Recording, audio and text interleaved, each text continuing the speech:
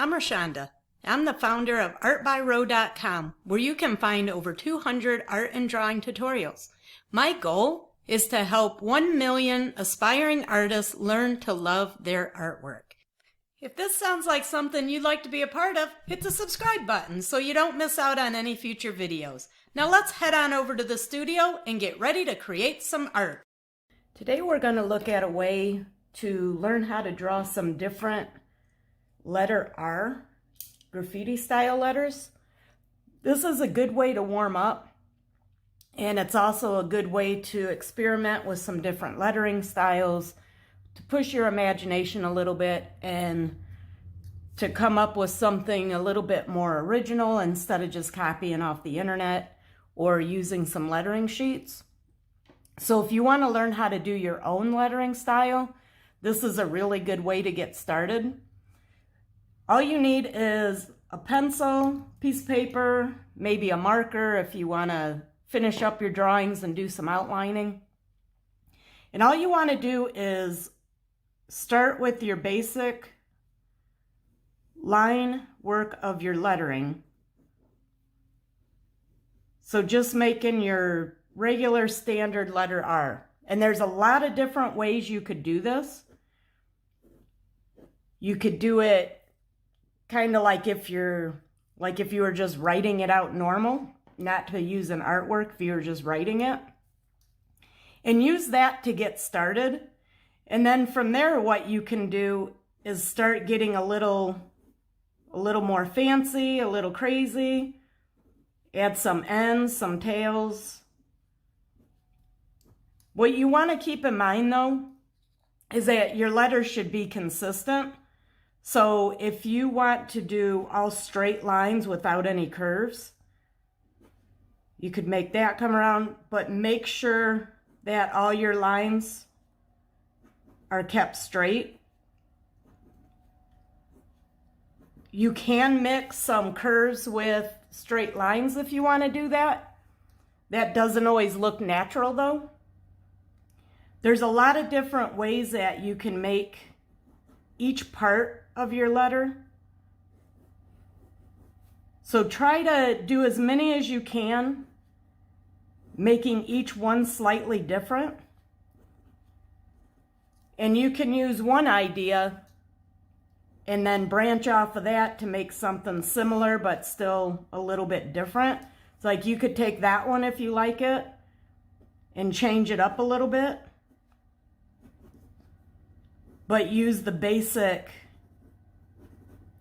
flow of the letter and see how many different variations of that particular one that you can do. You can add some arrows to the ends. You can have your lines extend past the other lines. But really all you want to do to warm up is just to see how many different drawings you can do for just the line work. At this point, all we're doing is looking at the flow of the letters, trying to come up with some different ideas. You can try getting real crazy if you want, something more like a wild style type of lettering. You can add any extra little pieces in you want to try adding in just to see what it looks like. And the good thing about this is it's only taken a couple minutes to do this.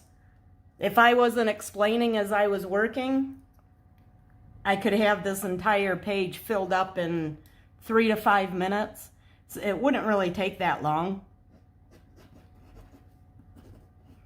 But what you want to do is just start working on pushing your creativity a little bit, trying some different things.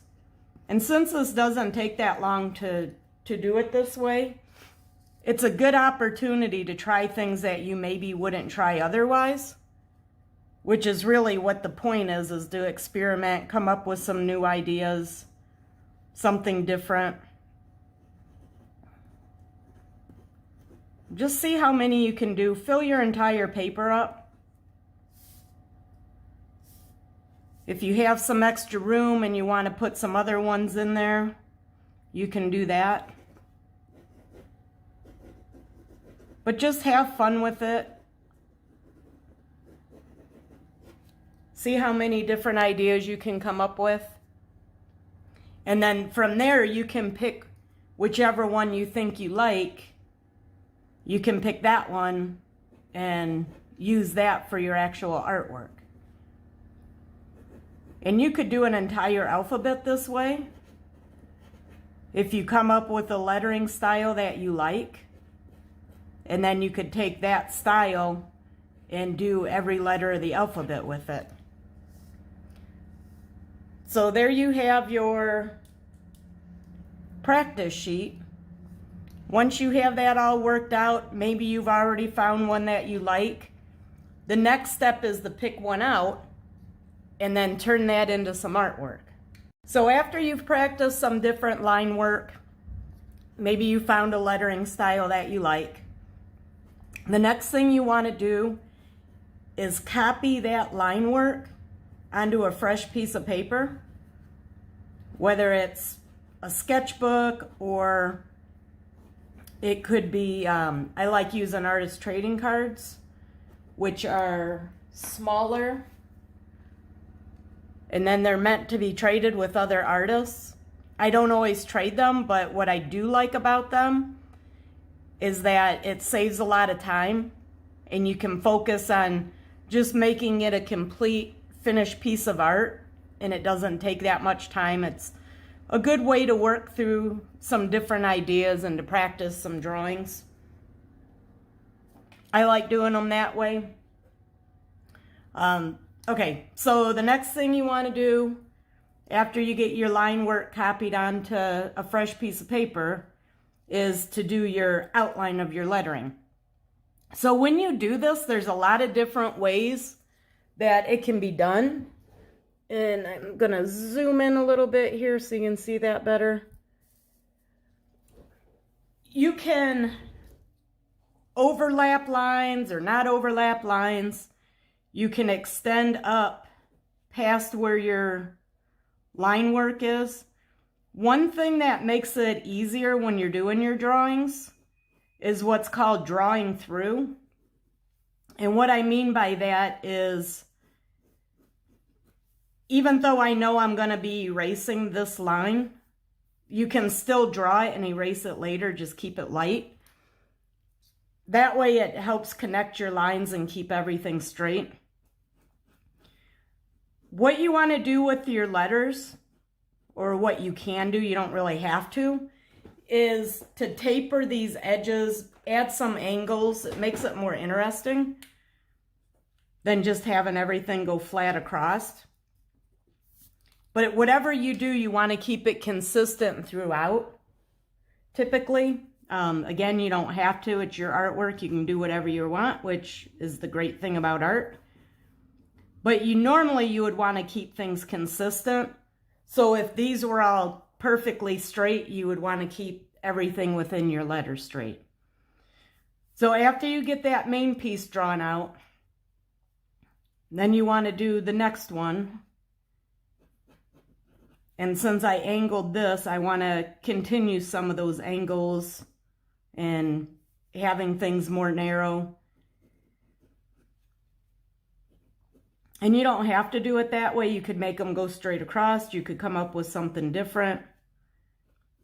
And again, I know I'm going to have some more lines coming off this way, but I want to make sure everything looks like it's connected. You can add any little extra curves and angles that you want. Whatever you think's going to make your drawing look more interesting. And you can erase as you go if you want. I'm drawing a little bit darker than what I normally would, just so that it picks up a little bit better on the camera. You definitely want to keep your lines light though, so you can erase them.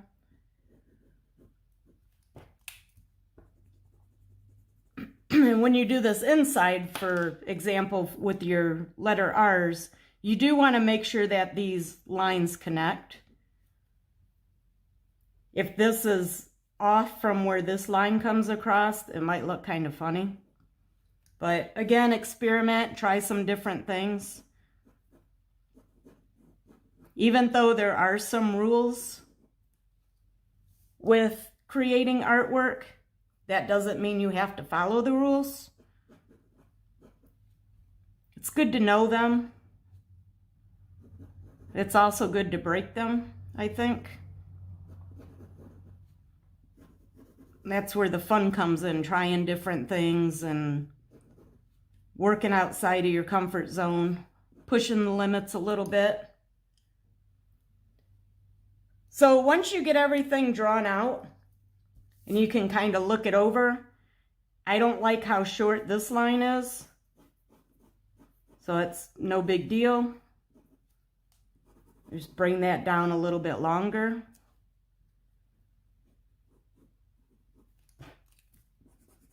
Let's try this down here and see what this looks like.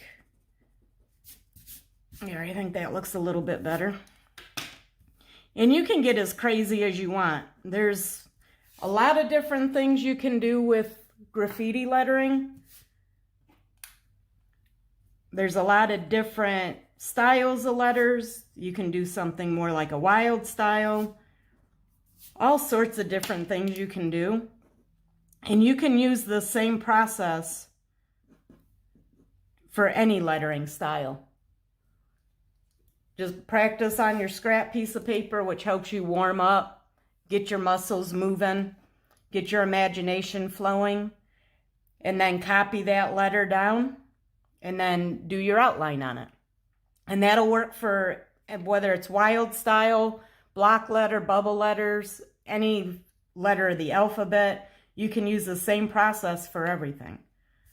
Another thing you can do on your letters is to extend this past here.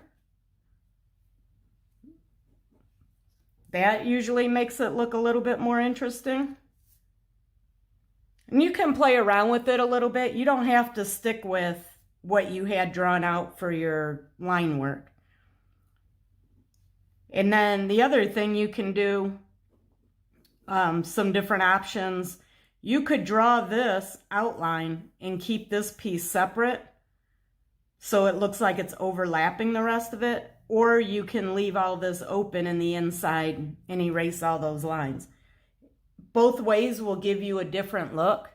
It's just another way to add some variation to your artwork and give you some different ideas to work off of. But that'll work for any type of lettering style, any letter of the alphabet.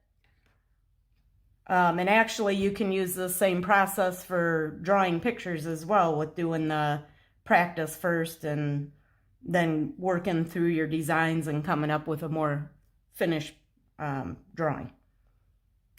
So now that you have your letter all drawn out, the next thing you want to do is outline it.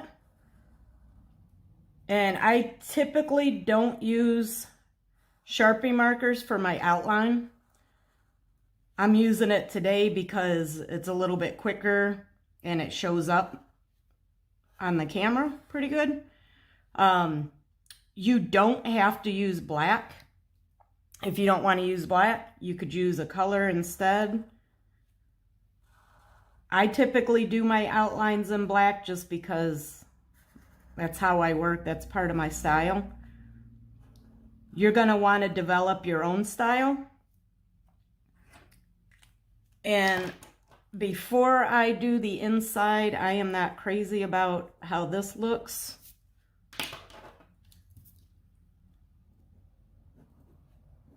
So, not a problem. I'm just going to change that a little bit before I add my outline to it. Let's do something like that instead.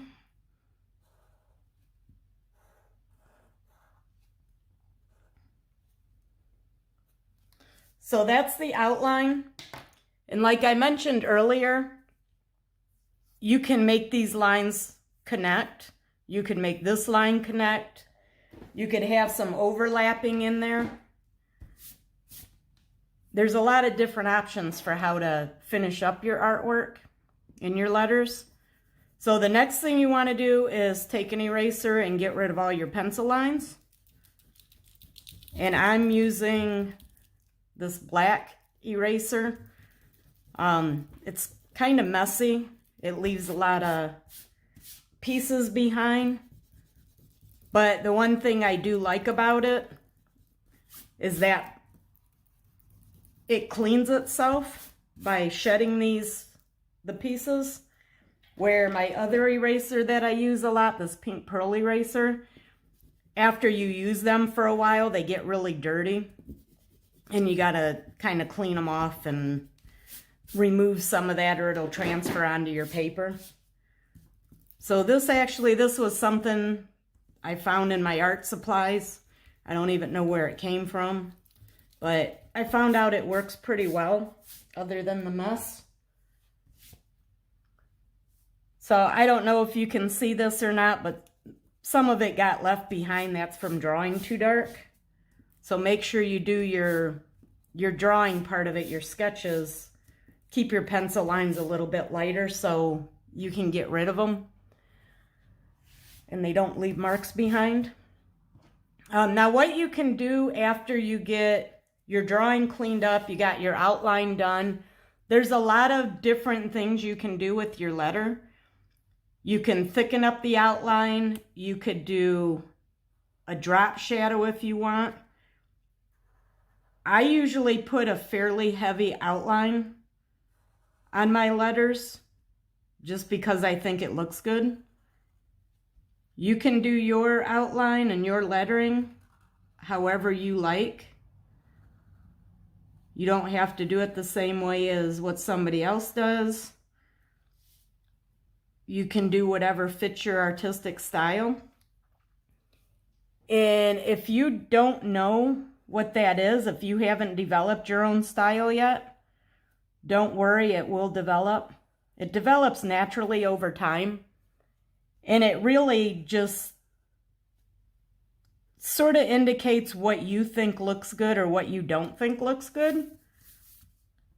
And you can discover this by looking at other people's artwork and just paying attention to what you like about their drawings. So if you go on, say, Instagram, or if you're just on the internet surfing around and looking at other people's artwork, and you see something that catches your attention, that inspires you, figure out what it is specifically that you like and what you find inspiring. A lot of times we look at something and it catches our attention and we know we like it, but we don't know what it is you like about it. And you can try to mimic that style. It's okay to look at somebody's artwork and try to copy some of the elements of what they do or part of their style. You're not going to be able to capture somebody's style completely anyway, because we're all going to have a little bit different view of what that is. But you can look at other people's artwork and kind of develop your own style off of things you like from one person and another person, just to help you grow and give you some ideas. You don't want to copy somebody's artwork altogether and then try to pull it off as being your own original. But especially just when you're practicing, it's okay to look at other people's artwork and to use their drawings and their style as inspiration to develop your own. So now that you have your letter all drawn out, it's outlined, you're probably going to want to add some color to it. And like I showed a little bit ago, you can do your drawings on smaller pieces of paper. I like doing them on artist trading cards because they're big enough that you can do a complete drawing on it. Add in some backgrounds, do some different accents on it. But they don't take a lot of time. It saves a ton of time, but yet they're still big enough that you can work through your drawing ideas on them. Whether you want to trade them or not is up to you. You can keep them in binders. There's sleeves that the cards fit into, and then you have kind of a portfolio that you can look through. So I like using Bic markers They're inexpensive. They work really well. There's a good variety of colors. The only thing I don't like about them is that you can't buy just one individual color. You have to buy them in sets. At least I've not been able to find them in individual colors.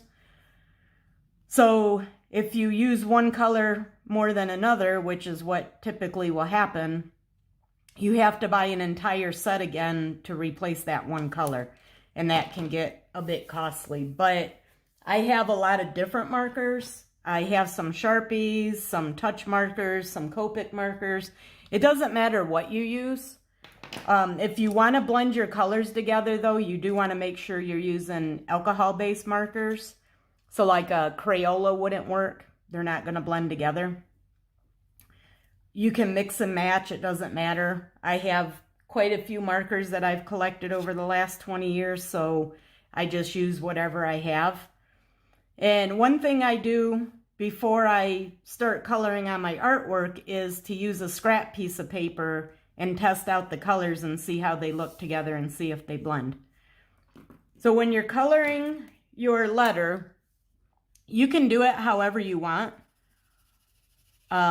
You can do like a fade. You can have it more random. You could have kind of like a rainbow effect with a bunch of different colors. There's a lot of different ways you can do it. You can add some details inside the letters if you want. And it looks like this marker is just about to dry out. So I'm gonna stop the video for a second, grab a fresh marker, and I will be right back. Okay, so that's one of the downsides to using markers is if they run out partway through your drawing, you don't have a ton of options unless you have additional markers somewhere, which I do because I've purchased a few different sets. So I have quite a few extras. If I wouldn't have had an extra, then the only other option is to completely change up the color that you're using. If you want to blend your colors together, if you want it to be a smooth transition without a hard edge, then you want to make sure your markers are fairly close together. This is a pink color, but the value's close to the purple, so they'll blend pretty good together. One question that has been brought up quite a bit is people wondering if by going over top of this darker purple, if it's going to transfer onto the lighter color marker, and it won't. You don't have to worry about that. It won't pick up the other color onto the tip of the marker. So if you have a lighter color and go over a darker color and then go to a white area, you're not going to see this purple transferring onto your marker. So all you want to do is just fill everything in. Where the colors meet, just go back over top of it with the lighter color a couple times. You do have to work while the marker's still wet, or the colors won't blend together. So if you're doing a big drawing, you want to make sure you're working in individual sections and not doing the entire drawing all at once. And you can feel, like your paper will get wet, you can feel that it's still wet. And that's your basic color fade. There's a lot of different ways you can do your colors, a lot of different things you can add to it. Definitely not limited to 2 colors. You do want to think about the colors that you're using though. Just keep in mind some basic color theory and what effects you want with your letterings if you want them to blend together. Let's see, this one has 3 colors. So it starts with the yellow and then has a yellow, like a yellow-green color, and then goes into just a straight green. There's a lot of different ways that you can do it, a lot of different color combinations you can use. So another thing you can do is add some background to it, maybe some accents or a color around the outside, however you want to do it. You could do some drips. You could make this 3D, which we cover in another video. One thing I like doing is to add these little paint clouds or these little bubbles to the background. And when you make them, they're just kind of random. They don't have to be like any type of pattern or real consistent. You do want to keep them with rounded edges, or if you want to do something with straight edges, I would do that separately and not intertwine them in here too much. You can try it and see what it looks like. But basically all you want to do is just put some of these random clouds, bubbles, however you want to do them.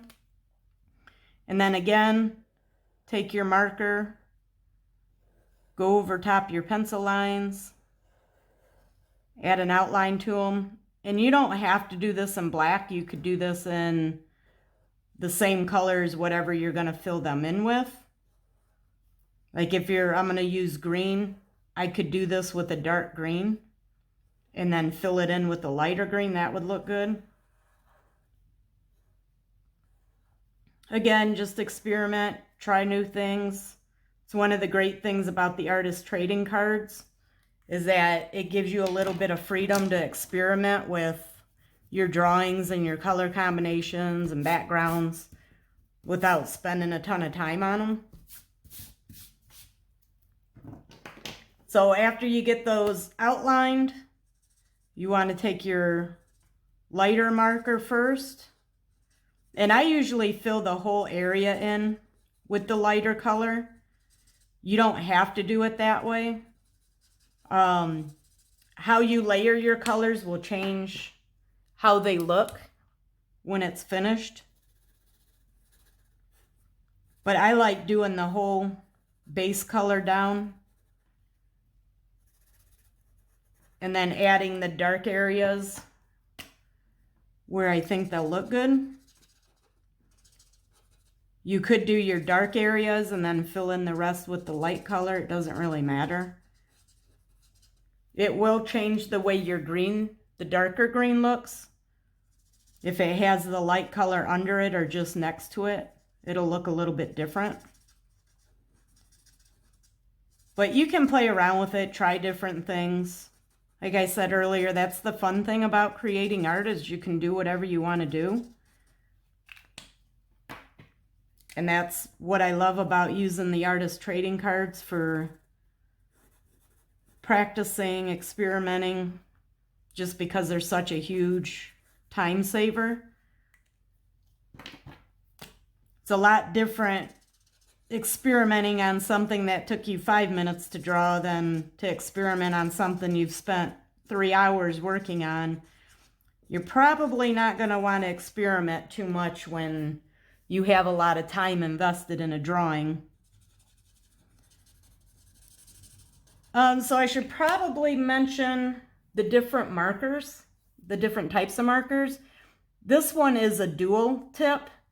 So this end of it has a wider chisel tip, which makes it quicker for filling in larger areas.